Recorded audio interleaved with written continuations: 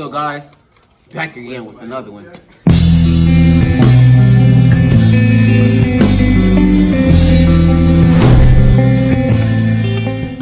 Hello, my name is Jalen Billion, and the hypothesis that me and my group created is if we drop 1 milliliter of blood at 10 selected heights 5 times per section in 10 different sections and calculate the average diameter of the satellites, then we will be able to determine how the height at which blood is dropped affects the splatter.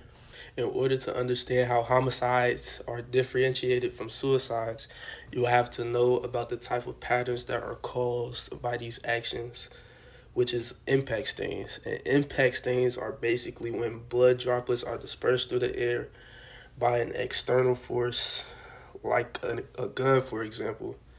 And then the droplets strike a surface in which the shapes of these stains change based on the impact, and by measuring the width and length of the stain, the angle of impact can be calculated in order to determine if the suicide is a suspected homicide.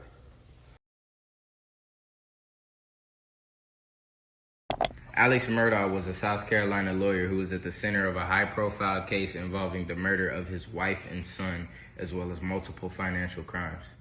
Murdaugh hired a hitman to kill him so that his older son could collect the life insurance policy.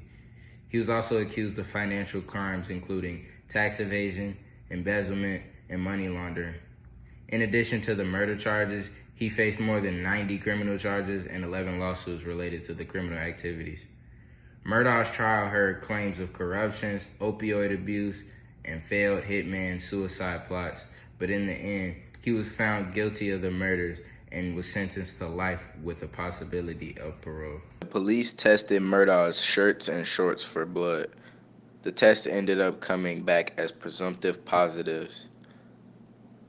There were arguments and debates regarding the blood splatter evidence on Murdaugh's shirt, with the defense filing a motion to bar state prosecution from using blood splatter testimony at trial.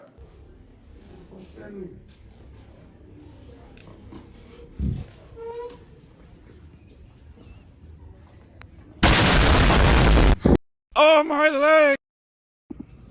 As you can see here, a man has been found dead. Now the question is, did he kill himself or was it a murder? At the end of the lecture, we will find the answer. Looking at the body, it's clear to see that there's evidence of both transfer and impact blood stains.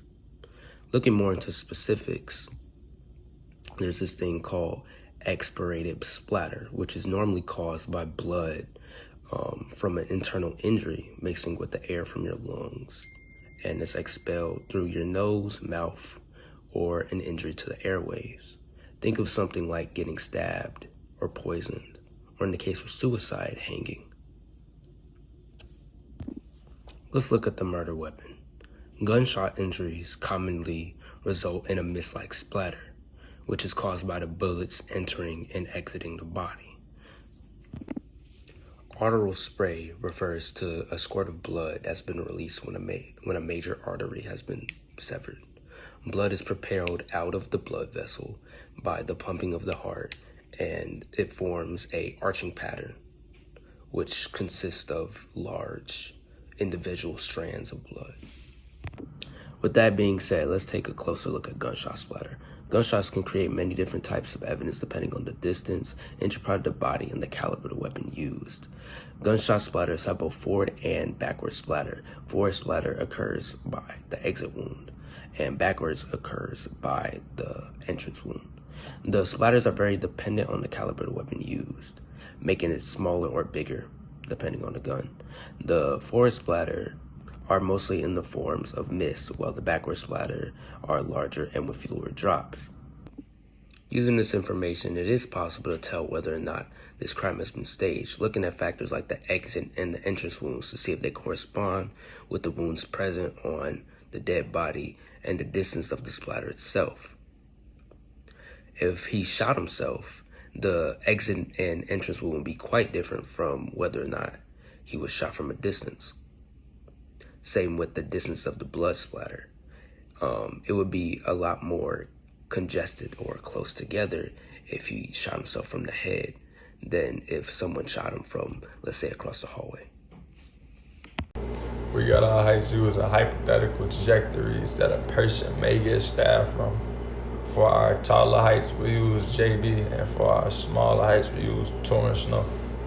Now let's enjoy this music while we watch our procedures.